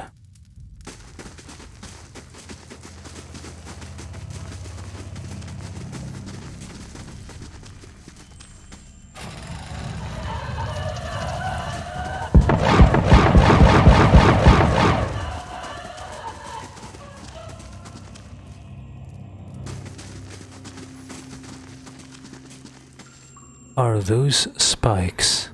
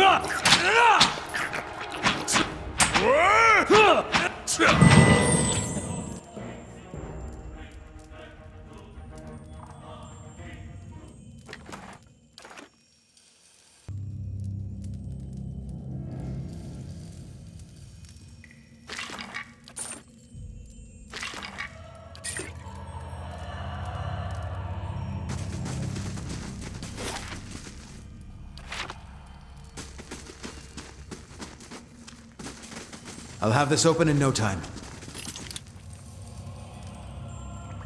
I'll handle this. I'll have this open in no time. I'll have this open in no time. I'll have this open in no time.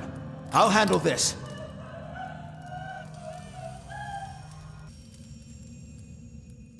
I'll handle this. It's done.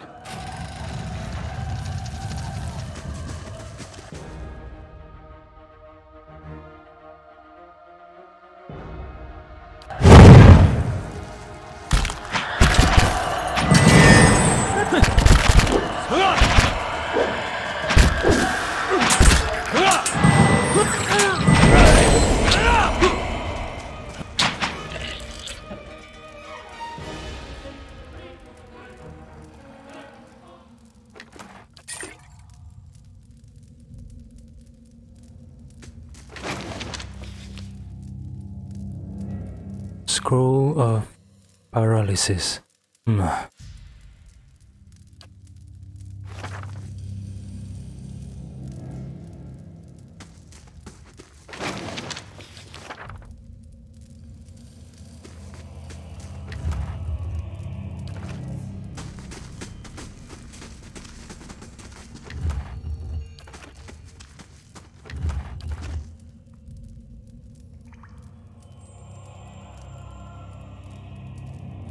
The skull is thrown back in a grimace agony.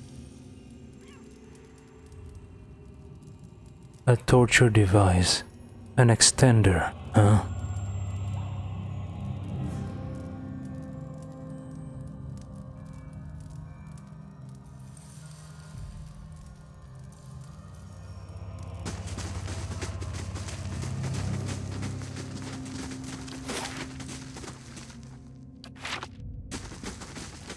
I'll handle this.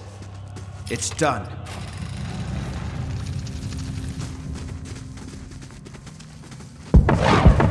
Another room with spikes, dang it.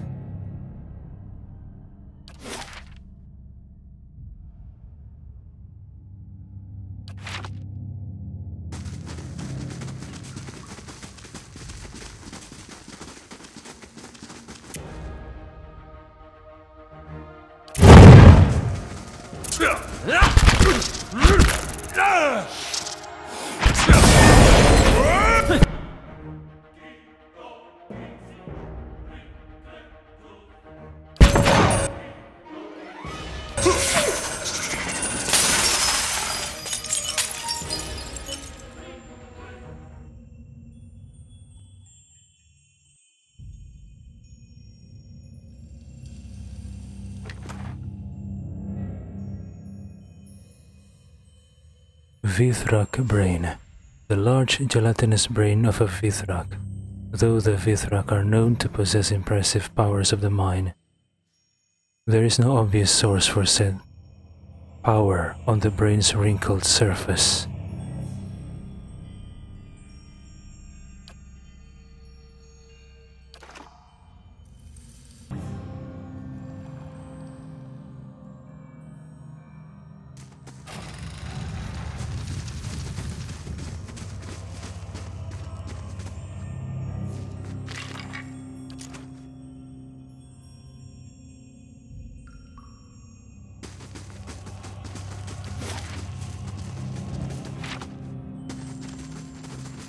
What's this?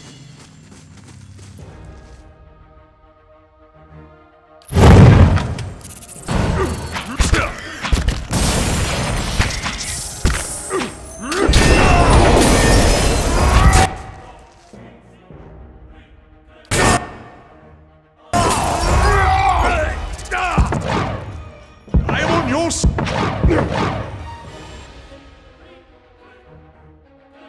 Rest up, big guy. We've got your back.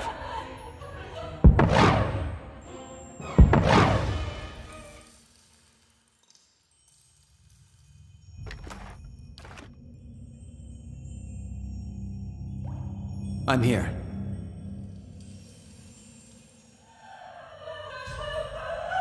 Indeed.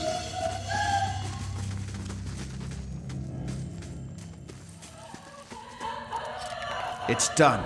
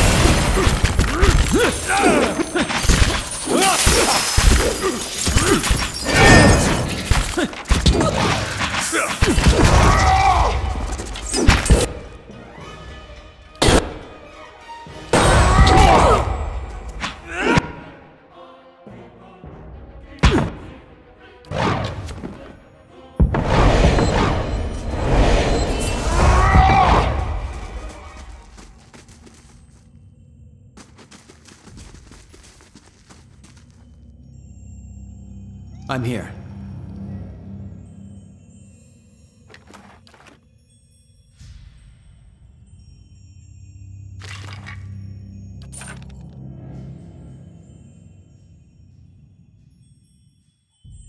The spikes look sharp enough to cleave bone. I shall.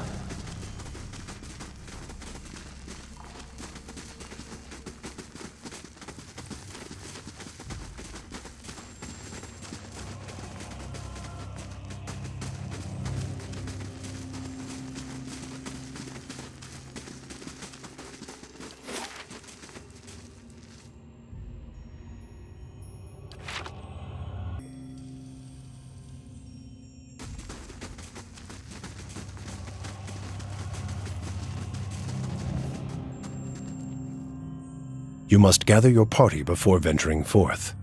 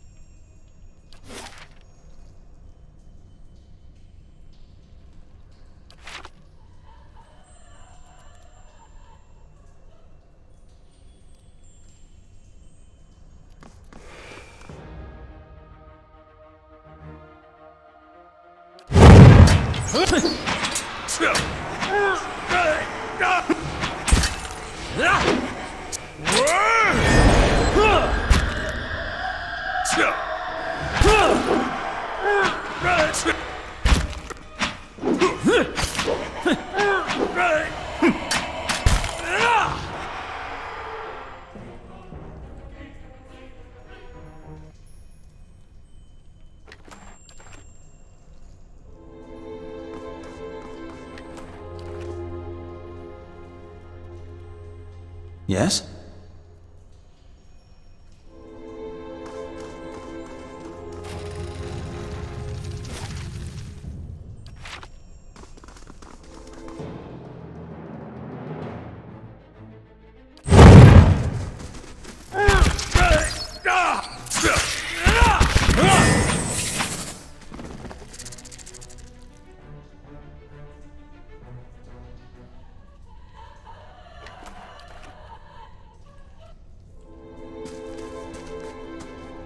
Unlocking this will require the proper key.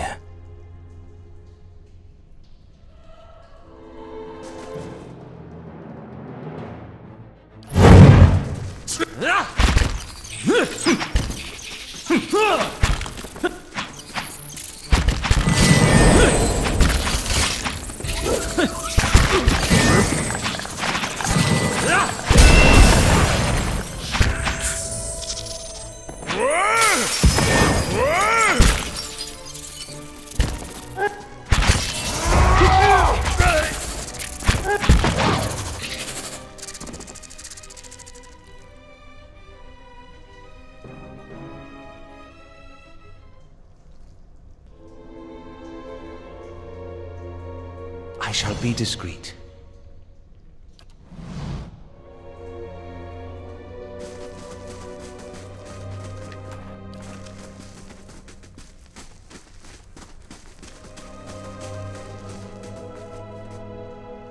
Rope-like strands of webbing glisten with moisture.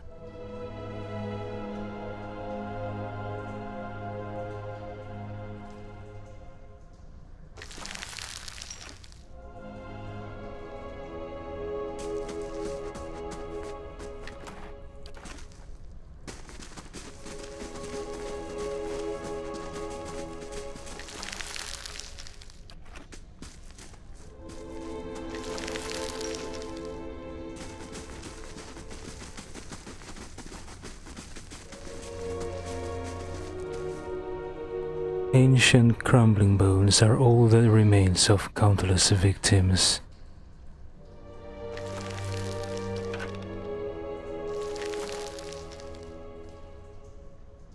Adra key. This worn Adra key still has traces of spider silk clinging to it.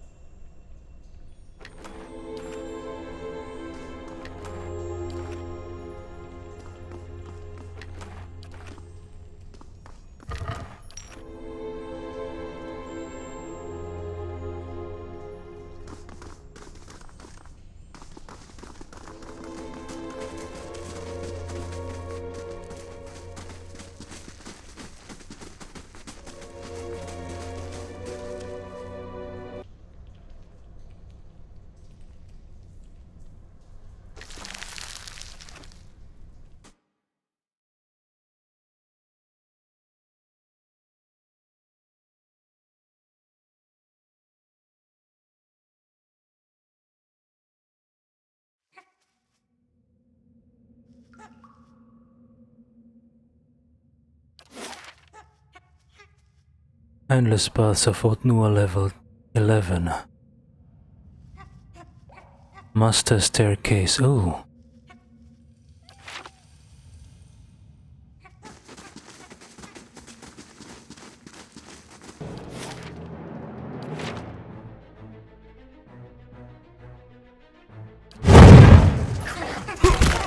That's it!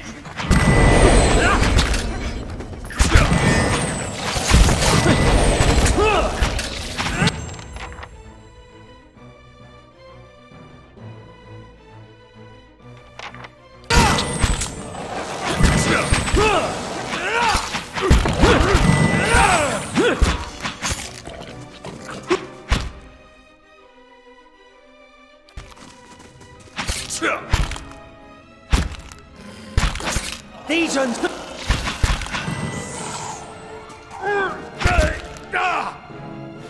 I shall deal with this one. Indeed, I shall deal with this.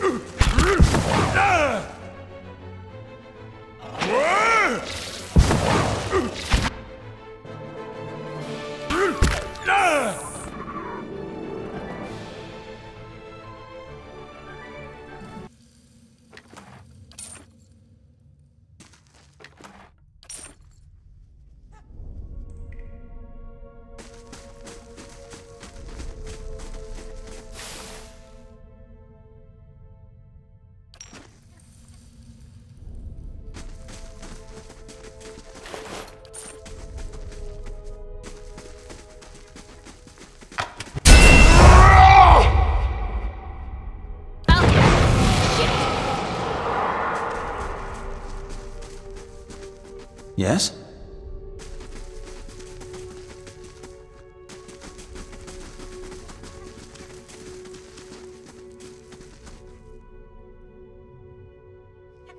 The luminous mushrooms gives off a heavy, earthy musk. Let's see what we find.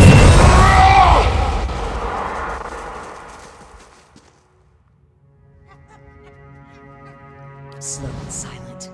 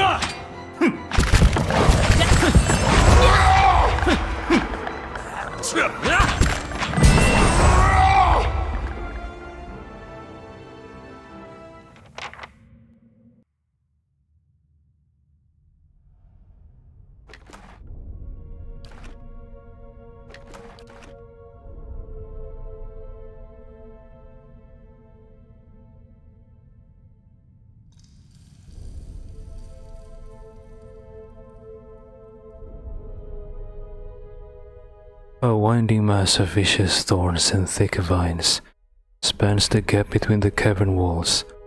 There are spaces here and there in the vegetation, and you can see into the chamber beyond, but it will be difficult to pass through unscathed. Look at the vines. The vines have grown so thick and tangled as to form a nearly impenetrable wall. Many of the thorns are as long as the span of your palm. From time to time you hear the faintest creak, as if something has shifted slightly within the mass. Cut away at the vegetation with a weapon. You deal a sturdy blow to the nearest vine and get little result. These vines seem unnaturally resistant. No amount of hacking, smashing or cutting seems to have much effect. It would take far too long to cut away all of them. Leave.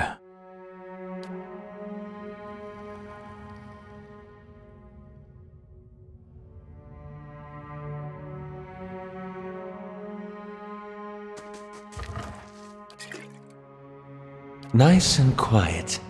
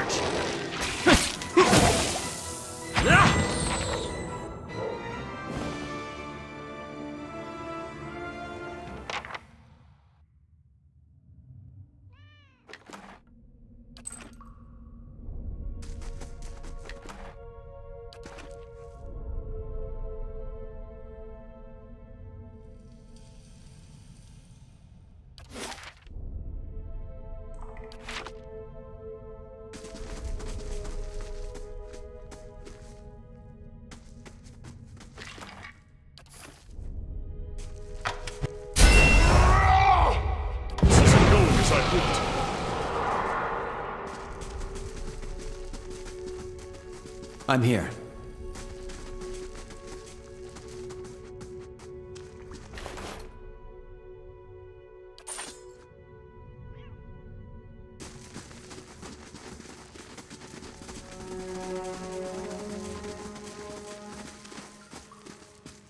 I'm here.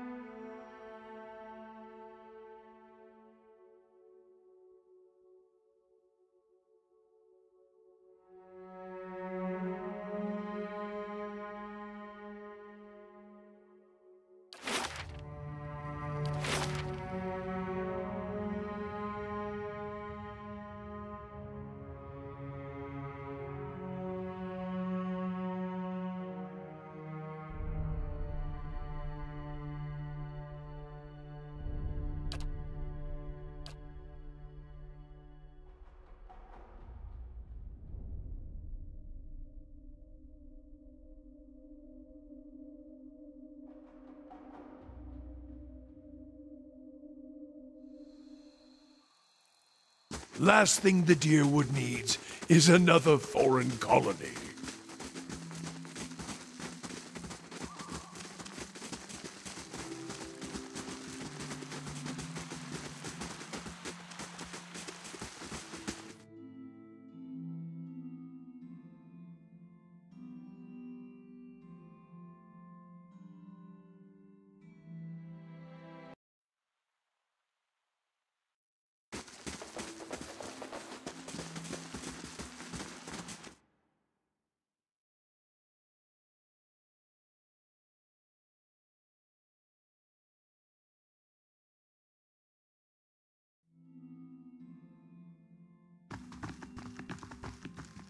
Alright everyone, we make progress in Old Nua.